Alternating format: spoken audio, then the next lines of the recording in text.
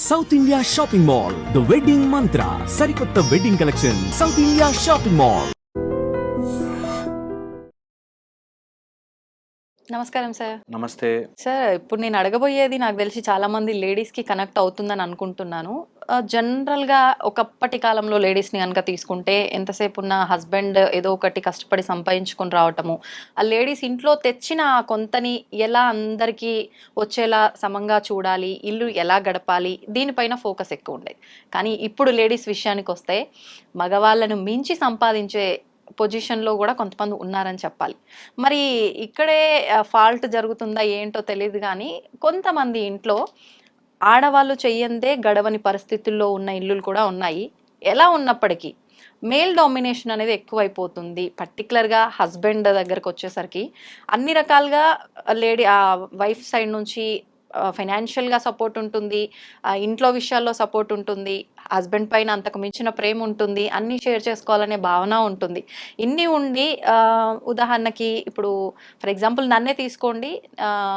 నేను వచ్చాను ఆఫీస్లో, నా వర్క్స్ నేను చేసుకున్నా, నాకు ఏదైనా ఇక్కడ జరిగిన విషయాలు ఉంటే వెళ్ళి వెంటనే నా హస్బెండ్కి షేర్ చేసుకోవాలి. తనే నాకు ఒక ఫ్రెండ్లా నేను ఫీల్ అయ్యి ఏదైనా తీసుకెళ్ళి చెప్దాము అంటే వినే ఓపిక అతనికి ఉండదు. పోనీ విన్నా ఒక రెండు మాటలు స్టార్ట్ చేయగానే ఇంకా ఆప్తవా సోది అనే టైప్లో ఇలా మాట్లాడే వాళ్ళు ఉన్నారు. మొత్తానికి ఏదో రకంగా ఆడవాళ్ళని బాధపెట్టే పరిస్థితులు, అణగదొక్కే పరిస్థితులు ఎక్కువగా కనిపిస్తున్నాయి. ఒక హస్బెండే కాదు, ఇంట్లో అత్తామామలు కూడా హస్బెండ్కే సపోర్ట్ చేసి మన డిగ్రేడ్ చేసే రకంగా కూడా పరిస్థితులు ఉన్నాయి. ఎందుకు ఇది ఇలా ఎందుకు వెళ్ళిపోతుంది? దీని నుంచి బయటపడాలి అంటే ఏం చేయాలి? అసలు తప్పు ఎక్కడ జరుగుతుంది అంటారు? హస్బెండ్ సైడ్ నుంచా, వైఫ్ సైడ్ నుంచా? నేను యాజ్ అ లైఫ్ కోచ్ నేను చాలా రిలేషన్షిప్స్ని చూస్తున్నాను. అందుకని కొన్ని ఇంపార్టెంట్ డిస్క్లైమర్స్ చెప్తాను ఇక్కడ. ఇది అన్ని రకాలుగాను అన్ని చోట్ల జరగదు. First point. అవును, మేజర్గా కొన్ని ఫ్యామిలీస్లో జరుగుతున్నాయి ఇలాగా. దట్ వైఫ్ ఎంత పని చేసుకొచ్చిన ఆఫీస్లో ఇంకా ఇంట్లో పనులు చేయాల్సిందే. అవును, ఇంట్లో అయితే నువ్వు ఆడదానివే కదా ఆర్ అమ్మాయివే కదా, నువ్వు ఇంట్లో ఇలా చెయ్యాలి అనేటట్టుగా అలసిపోయి ఫుల్ డే, ఒక్కొక్క రోజు ఎంత అలసిపోయి వస్తామంటే బా ఇప్పుడు చెయ్యాలా మళ్ళీ అనేటట్టుగా ఉన్న, అవును నేను మగ మహారాజు నేనెందుకు చెయ్యాలి అనే ఫ్యామిలీస్ ఉన్నాయి. అట్ ద సేమ్ టైం కొంతమంది ఇద్దరూ కలుపుకుని మంచిగా హ్యాపీగా కలిసి ఇద్దరూ చేసుకునే ఫ్యామిలీస్ ఉన్నాయి. ఆన్ ద కాంట్రరీ హస్బెండ్ ఇంటికి వచ్చి వంటలు చేసే వాళ్ళు కూడా ఉన్నారు. సో ఫస్ట్ ఎవరైనా వీడియో వింటుంటే ఆ ఓపెన్ మైండ్ తో వినండి. నేను ఎక్కడ కన్స్ట్రక్టివ్ థాట్ తో చెప్పట్లేదు. ఫస్ట్ థింగ్, సో దట్ మనకి మీరు ఏమైనా చూడండి వీడియోలో కమెంట్లు వీళ్ళనంటే వాళ్ళంటే వీళ్ళని, సో కోపం తెచ్చుకోవడానికి ఇది ఆలోచించిన రోజులు ఓడిపోతారు. మా దగ్గరికి ఎవరైనా కౌన్సిలింగ్ వచ్చినప్పుడు కూడా మా హస్బెండ్ అంది చేశాడు, మా వైఫ్ ఏం చేసింది, నేను చేశానని ఒప్పుకోరు, వాళ్ళే తప్పు వీళ్ళే తప్పు అనేటట్టు ఉంటారు. ఇలా మైండ్ సెట్ తో ఆలోచిస్తే వాళ్ళకు ఓపెన్ గా పాయింట్ అర్థం కాదు. అందుకని ఫస్ట్ అది చెప్పాను.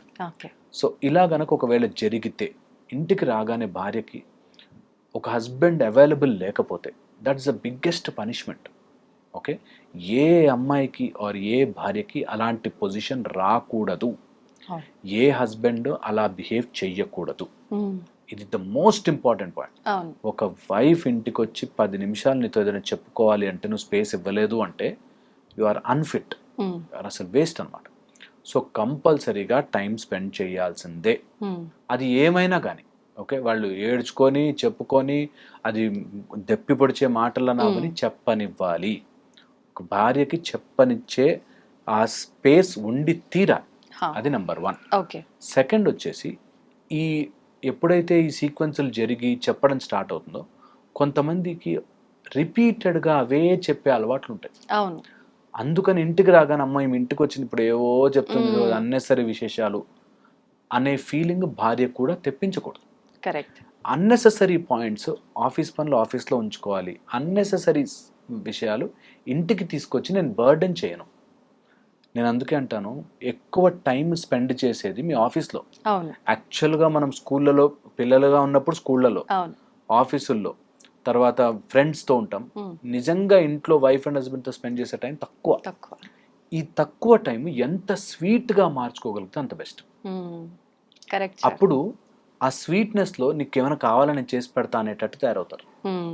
ఇది ఏ అమ్మాయి చూస్తున్నా సరే ఫస్ట్ థింగ్ నేర్చుకోవాల్సింది, నేను నా హస్బెండ్కి I will only give him sweetness.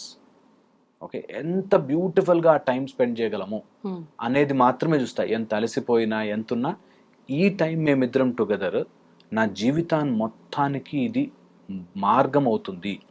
కాబట్టి నేను ఏ చేదు అభిప్రాయాలు, ఏ అన్నెసరీ మాటలు, దెప్పి పొడిచే మాటలు, గుచ్చే మాటలు, నాకే కష్టాలున్నాయనే ఫీలింగ్ను నేను తీసుకురాను.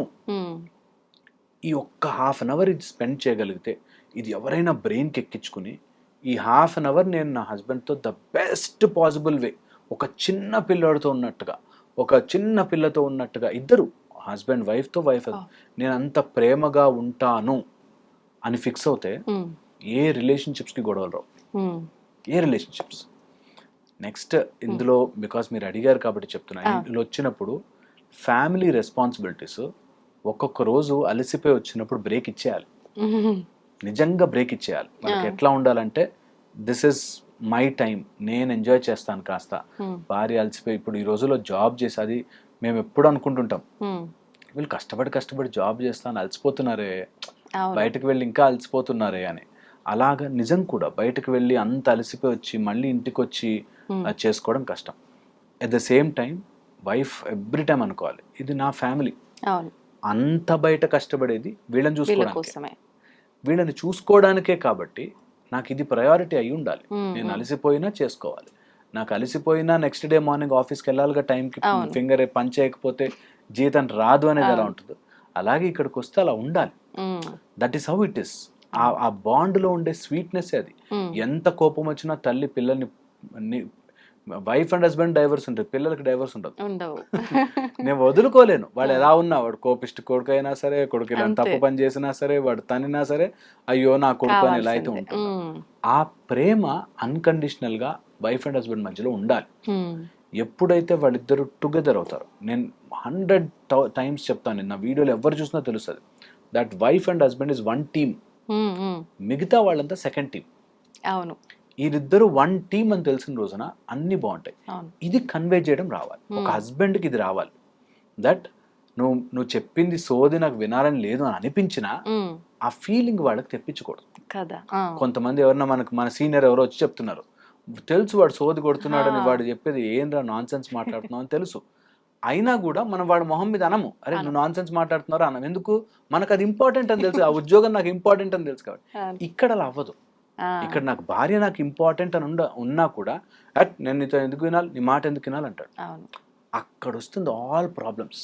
ఇక్కడే వీళ్ళ మనసులో అనిపిస్తుంది, సేమ్ ఇప్పుడు మీరు చెప్పినట్టుగానే ఆఫీస్ లో కొలీగ్స్ తో ఇలానే ఉంటున్నావా, నీ ఫ్రెండ్స్ తో ఇలానే ఉంటున్నావా, మరి ఏంది నా దగ్గరకు వచ్చేసరికి ఇట్లా, అది అడగకూడదు మళ్ళీ. ఎగ్జాక్ట్లీ. అందుకే నేను చెప్తాను, ఇది any relationship is a transactional relationship. Any relationship, దేవుడితో సహా అందరూ నాకేమిస్తావు. అవును. అలాగే భార్య భర్త నుంచి నువ్వు నాకు ఏం చేస్తున్నావు వచ్చేస్తుంది. ఏదో రోజు ఇలా గీత గీసి అక్కడికి వస్తుంది. నేను భార్యగా ఎన్ని చేశాను, నువ్వు నాకేం చేసావు. సేమ్ భర్తగా నేను ఇంత తిరిగేది ఇంటి కోసమే, నువ్వేం చేసావు, ఎవడు చేయమన్నాడు. ఇంకొంచెం డబ్బులు అవన్నీ సెటిల్డ్ ఉన్న వాళ్ళ ప్రాబ్లమ్స్ వేరే టైప్ ఉంటాయి. అవును, వాళ్ళదంతా టోటల్ డిఫరెంట్ స్టోరీ. నేను డబ్బులు ఉన్నాయి, అన్ని ఉన్నాయి, నీ పన్ను చూసుకో, నా పన్ను నేను చూసుకో, నువ్వు లేకపోతే నాకు గడవదా, ఆ టైప్ లో. అవును. సో ప్రాబ్లం ఏదో రకంగా వస్తుంది, దాన్ని అండర్స్టాండ్ చేసుకుని దాన్ని ఒక టైప్ ఆఫ్ మన సాల్వ్ చేసుకోవాలి అనే మైండ్ సెట్ తో వెళ్ళడం ఇంపార్టెంట్, ఏ ప్రాబ్లం అయినా సరే. సో అందుకని ఒకవేళ ఇంటికి వచ్చినప్పుడు వైఫ్ కి చెప్పుకోవాలనిపిస్తే, ఫస్ట్ వైఫ్ మాట్లాడే విధానం, communicating what you are feeling చాలా చాలా ఇంపార్టెంట్. మా దగ్గరకు వచ్చే వాళ్ళు చాలా మంది ఆ కమ్యూనికేట్ చేయడం రాక బాధపడతారు. నాకు వెళ్తే నాకు ఏడుపు వచ్చేస్తుందండి అని. ఒక రోజు నీ ఏడుపుని అయ్యయ్యో అంటారు, 2 రోజులు అయ్యయ్యో అంటారు, 3 రోజులు ప్రధాని గడిస్తే చల్లని అంటారు. అందుకని చెప్పేదాన్ని కూడా నీకు ఆ ఎమోషన్ డ్రామా అంతా తీసి ఇలా జరిగింది నీతో స్పెండ్ చేసేటట్టు ఉండాలి. నీ husband should be waiting for you. నా భార్య ఇంటికి వస్తుంది, నేను స్పెండ్ చేయాలి టైం అనేటట్టు ఉండాలి. కానీ మళ్ళీ వచ్చిందిరా బాబు తలకాయ నొప్పి అని అనుకోకూడదు. అలాగే హస్బెండ్ కూడా మా ఆయన ఇంటికి రావాలి, మా ఆయనతో హ్యాపీగా ఉండాలి అనిపించాలి. కానీ అమ్మాయిడు వచ్చాడా ఇప్పుడు ఏం చేస్తాడు అనేటట్టు ఉండకూడదు. అలాగా వీళ్ళిద్దరూ టుగెదర్ అయితే తప్ప వైఫ్ అండ్ హస్బెండ్ గొడవలు సాల్వ్ కావడం చాలా కష్టం అయిపోతాయి. ఇదే గేమ్ ఒక్కసారి టుగెదర్ అయి చూడండి, గేమ్ ఎవడెవడు ఎన్ని పాలిటిక్స్ ప్లే చేస్తారో సపరేట్ చేయడం తెలుస్తుంది. అలా అత్త ఏమంటుంది, అలా అమ్మ ఏమంటుంది, మన ఇద్దరం ఒక టీము అని ఆలోచించి చూడండి, అసలు వాళ్ళ పప్పులు ఉడకవు అప్పుడు. మొత్తం ఇట్లా గిర్రమని ఉల్టా తిరిగిపోతుంది Correct. గేమ్ అంతా. అవును. మా అమ్మ ఇట్లా చెప్పింది నీ గురించి అనుకోం, పక్కకు వచ్చి మా అమ్మ ఏం చెప్పింది సార్ నీ గురించి అని నవ్వుకుంటాం. అవును. బట్ ఏదన్నా కానీ మనమిద్దరం ఒక టీం రా, మన ఇద్దరం కలిసి ఒక పనిలో ఉన్నాము, మనమిద్దరం వన్ అనేటట్టు ఉంటే ఆటోమేటిక్గా ఫ్యామిలీస్ బాగుంటాయి. అది ఇంతకు ముందు ఉండేది మనకి, ఏదన్నా కానీ నేను ఈయనతోనే ఉండాలి, ఉండాలి, తిట్టుకున్నా మాట్లాడుకున్నా కొట్టుకున్నా ఏం చేసుకున్నా సరే ఒకళ్ళకొకళ్ళు ఉన్నాం. అది ఉంటే ఓ రోజు విసుగొస్తుంది, ఓ రోజు తిట్టుకుంటాం, ఓ రోజు కలిసిపోతారు. అది చాలా చాలా ఇంపార్టెంట్. ఈ రోజుల్లో ఆ టుగెదర్నెస్ లేక, లేకపోతే నేను వెళ్తా. నాకు 5 రోజులు డైవర్స్ అయిన వాళ్ళు గ్రాండ్ గా 20 కోట్లు ఖర్చు పెట్టి పెళ్లి చేసుకున్న 5 రోజుల్లో, నెల రోజులు 10 రోజులు డైవర్స్ చేసుకున్న తెలుసు. So divorce right are wrong గా కాదు డిస్కషన్. ఇక్కడ డిస్కషన్ ఇస్ ఎంత కలుపుకుంటున్నాం దట్ వీఆర్ వన్. ఏదైనా కానీ will face it, will stay. ఒక్కొక్కళ్ళకి ఇలాంటి బట్టలు వేసుకుంటే ఇష్టం ఉండదు, లేకపోతే ఇలాంటి వాళ్ళతో మాట్లాడితే ఇష్టం ఉండదు, విల్ అడ్జస్ట్. నా హస్బెండ్ ఇస్ వన్ టీమ్ అని అనుకుంటే ఎవ్రీథింగ్ విల్ సెటిల్. సో చెప్పుకోవడానికి ఇంటికి వచ్చినప్పుడు ఆ కమ్యూనికేటింగ్ మెథడ్ ఒకటి చాలా చాలా ఇంపార్టెంట్. ఇంకా లాస్ట్ అండ్ ఫైనల్ పాయింట్ చెప్తాను. నీ emotional drama when you go out and do some office work job చేస్తే ఎమోషనల్ డ్రామాని ఎఫెక్ట్ చేసేవి 4-5 పాయింట్స్ ఉంటాయి. అందులో ఫస్ట్, నా పిల్లలు ఏమైపోతారు. ఒక తల్లిగా ఇప్పుడు ఉండే ప్రాబ్లమ్, నేను ఇంత వర్క్కి వెళ్తున్నాను, పిల్లల్ని వదిలేసి వెళ్తున్నాను అంటారేమో ఈ టైప్లో. పిల్లలు ఏమైపోతారు, లేకపోతే ఇంట్లో అత్త మామ, అమ్మా నాన్న, వీళ్ళందరికీ నేను టైం స్పెండ్ చేయట్లేదేమో అనే ఒక దాంట్లో ఉంటారు. నేను ఇది మరీ మరీ మరీ మరీ చెప్తాను, మీరు ఎమోషనల్గా లోడ్ క్యారీ చేస్తే మాట్లాడుకోలేరు. So don't carry that load in your head. ఒకటి చెయ్యాలనుకున్నారు, ఉద్యోగానికి వెళ్ళాలనుకున్నారు, హ్యాపీగా వెళ్ళొచ్చేయండి. మధ్యలో లోడ్ మోస్తూ ఏదో గిల్ట్ ఫీలింగ్, తప్పు చేస్తున్నానేమో, వెళ్ళొచ్చో లేదో అనే లోడ్ బరువు మొయ్యొద్దు. దట్ వే మీరు హ్యాపీగా వెళ్ళి రావచ్చు ఉద్యోగానికి, పిల్లలు ఆటోమేటిక్గా వాళ్ళంతటి వాళ్ళు పెరుగుతారు. మీరు డిసిప్లిన్డ్గా కరెక్ట్గా కలిసిమెలిసిగా ఉంటే మొత్తం ఫ్యామిలీస్ అన్ని సెట్ అవుతాయి. ఇది మేము ఎప్పుడు చూస్తుంటాం. మేము మా కౌన్సిలింగ్లో కూడా అదే రెగ్యులర్గా అదే చెప్తాం. టుగెదర్ వెళ్ళండి, గేమ్ని టుగెదర్ ఆడండి. Life is a game, you play together. మీ ఇద్దరు ఒక టీం. ఇప్పుడు ఏం చేసినా ఇద్దరు కలిసి చేయాలి అని అంటే ఆ ఆలోచన ఇద్దరికీ ఉండాలి. కానీ కొన్ని సందర్భాల్లో చూస్తుంటాము, వైఫ్కి వద్దు గొడవలు ఎందుకు, మేమిద్దరం ఒక్కటే, నేను సర్దుకొని పోతా, సరే ఆయన ఇలా ఉన్నాడు దానికి తగ్గట్టుగా నేను ఇలా ఉంటా అని వైఫ్ అనుకునే సిచ్యువేషన్స్ ఉంటాయి. సేమ్ టైం తన అంతేలే పాపం అలసిపోయింది ఇలానే అనుకుంటుంది, నేనే కొంచెం ముందుకెళ్దాము, నేను ఇలా నచ్చ చెప్దాము అని హస్బెండ్కి ఉంటుంది. కానీ ఆపోజిట్ పర్సన్ కూడా అలాంటి థాట్ ఉన్నప్పుడే ఇద్దరు కలిసి ముందుకు వెళ్ళగలుగుతారు. అలా ఒకవేళ ఇద్దరికి లేని పక్షంలో వన్ సైడే ఉంటే ఎలా బిహేవ్ చేయొచ్చు? వన్ సైడే ఉంటే మాత్రం అది కష్టమైన సీన్. సో వన్ సైడే ఉంది అంటే చాలా రకాల మెథడ్స్ మేము వాళ్ళని కౌన్సిల్ చేసి మైండ్ సెట్ మార్చి. ఎందుకు వన్ సైడే ఉంటుందంటే ఇద్దరు వేరే వేరే ఫ్లోర్లో ఉండి ఆలోచిస్తుంటారు. నేను ఈ ఫ్లోర్ నుంచి చూస్తున్నాను, నువ్వు ఈ ఫ్లోర్ నుంచి చూస్తున్నావు, డిఫరెన్స్ ఉంది ఒపీనియన్ లో. అక్కడ నుంచి నాకు బిల్డింగ్ కనిపిస్తుంది అంటే నువ్వు కనిపించట్లేదు అని గొడవ పడతారు. నేను వేరే ఫ్లోర్ లో ఉన్నాను అనే పాయింట్ అర్థం చేసుకోరు. వీళ్ళ మైండ్ సెట్ వేరుగా ఉండడం వల్ల కలవట్లేదు అనేది అర్థం కాదు. సో మా దగ్గరికి ఎప్పుడైనా ఎవరి దగ్గర నా కౌన్సిలర్ దగ్గరికి వెళ్తే వాళ్ళు చెప్పేది, నువ్వు ఇలా ఇలా ఇలా ఆలోచించని స్లోగా, దానికి చాలా టైం పడుతుంది. ఈ మధ్యలో ఏమవుతుందంటే వేరే మార్గాలు తీసుకుంటారు, తప్పు దారి పడతారు, దేనికైనా అడిక్ట్ అవుతారు, ఏదో వ్యసనం బారిన పడతారు, లేదా డబ్బుల్లో చిక్కుకుపోతారు.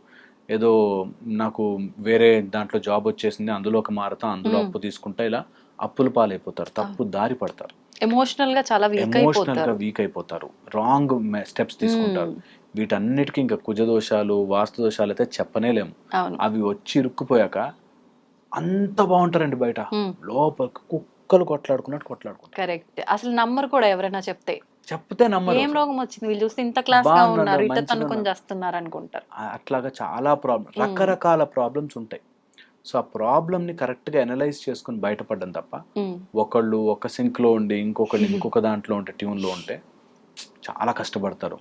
నిజం చెప్తున్నాం కదా, ఇన్ని 15 ఏళ్ళ నుంచి ఇన్ని రకాల ప్రాబ్లమ్స్ చూసి మనుషులు ఇన్ని రకాలుగా ఉంటారా, ఇన్ని ప్రాబ్లమ్స్ తెచ్చుకుంటారా?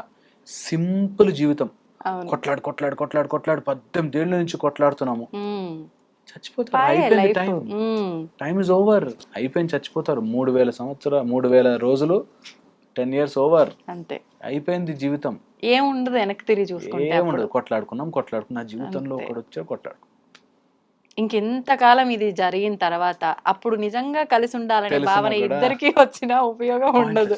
చాలా బాధేస్తుంది. అవును. మనకి అవి చూస్తే నిజంగా బయట నుంచి చూస్తే చిన్న ప్రాబ్లం కదరా అనిపిస్తుంది, ఆ, కానీ వాళ్ళ మైండ్లో అది పెద్ద ప్రాబ్లం, ఉమ్, పెద్ద ప్రాబ్లం. అవును. ఇది నేను చాలా మందిని చూసాను అట్లా. ఉమ్, సో అందుకని మా ప్రయత్నం ఏంటంటే ఎప్పుడైనా ఇంకొంచెం పుష్ చేద్దాం. కొంతమంది అస్సలు మారరు, మారరు. అసలు ఎంత చెప్పినా మారరు, ఉమ్, అడిక్ట్స్ అయిపోతారు, డ్రగ్ అడిక్ట్స్ అయిన వాళ్ళు, తాగుడు అలవాటు అయిన వాళ్ళు, బెట్టింగ్ యాప్స్. ఉమ్, ఈ మధ్య డైవర్సుల్లో బెట్టింగ్ యాప్స్ ప్రాబ్లం అయింది. ఉమ్, ఉమ్, హస్బెండ్ బెట్టింగ్ యాప్స్లో ఆడి 80 లక్షలు 90 లక్షలు 1 crore 2 crores ఇట్లా పెట్టేసేసి బెట్టింగ్ యాప్స్లో ఉమ్. మొత్తం రిలేటివ్స్ అందరి నుంచి అప్పులు చేసేసి అరెరే. ఇంకా ఆమె ఏం చేయాలో తెలియక డైవర్స్ ఇచ్చేసారు. ఇటు అప్పుల పాలు చేస్తారు, ఇటు కుటుంబము పిల్లలు ఎవరిని పట్టించుకోరు. ఎంతసేపు వాళ్ళ ఫోకస్ దానిపై. డ్రగ్స్ తీసుకునే వాడి ఆలోచన ఎంతసేపు తీసుకోవాలని ఎలా ఉంటుందో ఇప్పుడు వీడు కూడా ఒక రకంగా అది అడిక్ట్ అయిపోతాడు. పక్కా. సో అందుకనే కొంచెం జాగ్రత్త పడి వీటిని కరెక్ట్గా ప్లాన్ చేసుకుని, ఒక్కసారి చక్రం వేయించుకుని చూసుకుని, ఒకసారి ఇల్లు కరెక్ట్గా ఉందా లేదా చెక్ చేసుకుని, మైండ్ సెట్ కరెక్ట్గా ఉందా లేదా చేసుకుని, సైకలాజికల్గా కరెక్ట్, ఫిజికల్గా కరెక్ట్గా ఉందా, 5 aspects చెక్ చేసుకోమంట. ఎప్పుడు భార్యాభర్తలకు సంబంధంలో ప్రాబ్లం వచ్చినా ఫిజికల్గా బాగున్నామా, మెంటల్గా సైకలాజికల్గా బాగున్నామా, ఆస్ట్రలాజికల్గా బాగున్నామా, వాస్తు ప్రకారం బాగున్నామా, అండ్ సమ్ టైమ్స్ మైండ్ బాగున్నామా, ఇలా అన్ని చెక్ చేసుకుంటే కొంత లైఫ్ని కరెక్ట్ చేసుకోవచ్చు. ఒక ప్రాబ్లంలో పడ్డాం, దాని నుంచి బెటర్గా బయట ఎలా పడచ్చు అనేది ఆలోచించుకుంటే better. Super sir, thank you sir, thank you very much.